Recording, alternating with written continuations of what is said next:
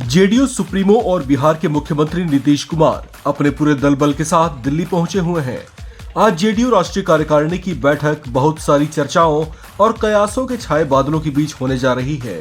पहली चर्चा इंडिया गठबंधन की चौथी बैठक में ममता बनर्जी की ओर से मल्लिकार्जुन खड़गे को सीएम पद का उम्मीदवार बनाए जाने के प्रस्ताव से नीतीश कुमार की कथित नाराजगी को बताया जा रहा है।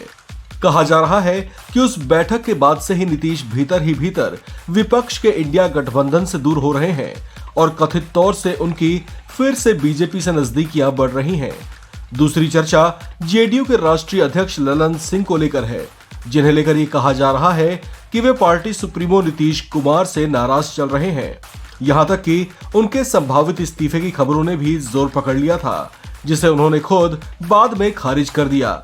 अब इस तरह की बड़ी हलचल के बीच होने जा रही जेडीयू राष्ट्रीय कार्यकारिणी की बैठक में क्या नया होने जा रहा है और पार्टी में खींचतान की खबरों के बीच लोकसभा चुनावों को लेकर क्या रणनीति बनने जा रही है, यह जल्दी ही साफ हो जाएगा।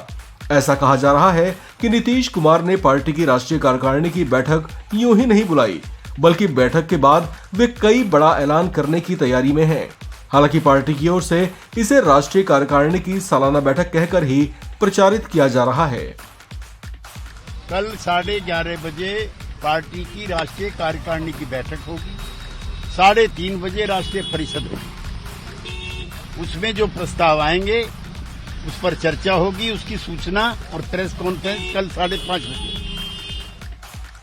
जेडीयू के वरिष्ठ नेता केसी त्यागी ने बताया कि कार्यकारिणी की दोनों बैठकों के बाद शाम 5:30 बजे प्रेस कॉन्फ्रेंस में बैठक और सभी प्रस्तावों की जानकारी दी जाएगी।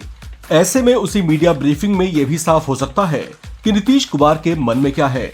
आम चुनाव से पहले जेडीयू कार्यकारिणी की इस बैठक को रणनीतिक तौर से बेहद अहम माना जा रहा है। वैसे दिल्ली आने से पहले खुद नीतीश कुमार बीजेपी नेता रहे दिवंगत अरुण जेटली की पुण्यतिथि पर उन्हें श्रद्धांजलि देकर आए हैं, जबकि अक्सर कहते सुने जाते रहे हैं कि राजनीति में कुछ भी हो सकता है। इस तरह से उनमें वापस एनडीए प्रेम जागृत होने की संभावनाओं से भी इनकार नहीं किया जा रहा। इसके अलावा जेडीयू कार्यकारिणी की बैठक में जिस बड़े फैसले की अटकलें लगाई जा रही हैं, उसमें अध्यक्ष पद में बदलाव के अलावा बिहार में आरजेडी और कांग्रेस के साथ सीटों के बंटवारे में अपना हिस्सा तय करने की बात भी सामने आ रही है। साथ में ये भी कि ललन सिंह यदि खुद चुनाव लड़ते हैं तो ऐसे में पार्टी का नया अध्यक्ष कौन हो सकता है। सूत्रों के मुताबिक जेडीयू की होने वाली इस बैठक पर बीजेपी, कांग्रेस और जेडीयू के सहयोगी दल आरजेडी की भी बारीक नजरें हैं। बैठक में क्या फैसले होते हैं, इस आधार पर वे अपनी अपनी आगे की रणनीति सेट करेंगे। एक चर्चा ये भी है कि नीतीश कुमार का झुकाव एनडीए की ओर बढ़ रहा है, जबकि ललन सिंह इस बात का विरोध कर रहे हैं। कहा जा रहा है कि जेडीयू में इसी बात को लेकर दोनों नेताओं में कथित तौर से कुछ खटपट हुई है।